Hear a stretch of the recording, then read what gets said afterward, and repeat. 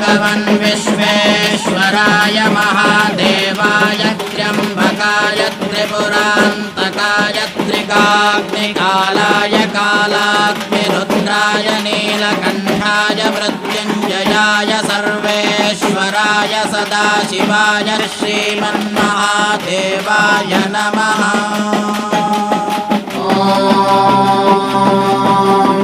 सर्वेश्वराय विद्महे शूलहस्ताय धीमहि तन्नो रुद्रः प्रचोदयात्। नमस्ते अस्तु भगवन् विश्वेश्वराय महादेवाय त्र्यम्बकाय त्रिपुरान्तकाय